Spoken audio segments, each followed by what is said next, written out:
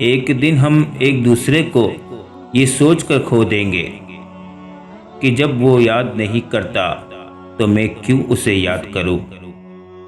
اکثر لوگوں میں تکبر ہوتا ہے مگر ان کا نفس ان کو پتہ نہیں چلنے دیتا۔ ہر چیز کا صدقہ ہوتا ہے اور عقل کا صدقہ یہ ہے کہ جاہل کی بات کو برداشت کرو۔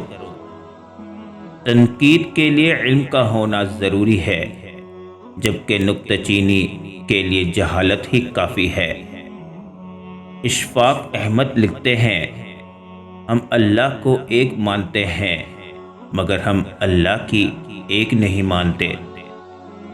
تجربہ انسان کو غلط فیصلے سے بچاتا ہے مگر تجربہ غلط فیصلے سے ہی حاصل ہوتا ہے۔ جب تم کسی میں کوئی عیب دیکھو تو اسے اپنے اندر تلاش کرو، اگر اسے اپنے اندر پاؤ تو اسے نکال دو۔ یہ حقیقی تبلیغ ہے۔ ہماری نظر دوسروں کے چھوٹے چھوٹے عیوب پر ہوتی ہے، اپنے بڑے بڑے عیب دکھائی نہیں دیتے۔ اپنے بدن پر سانپ بچھو لٹک رہے ہیں، ان کی پرواہ نہیں، اور ہم دوسروں کی مکھیاں اڑانے کی فکر میں ہیں۔ دوسروں کی توقعات کے مطابق زندگی بسر کرنے کی وجہ یہ ہوتی ہے کہ ہم ڈرتے ہیں کہ کہیں وہ دوسرا ہم کو چھوڑ نہ دے۔ ہر چیز کا صدقہ ہوتا ہے اور عقل کا صدقہ یہ ہے کہ جاہل کی بات کو برداشت کرو۔ خوشی ایسے میسر نہیں آتی کہ کسی فقیر کو دو چار آنے دے دیے۔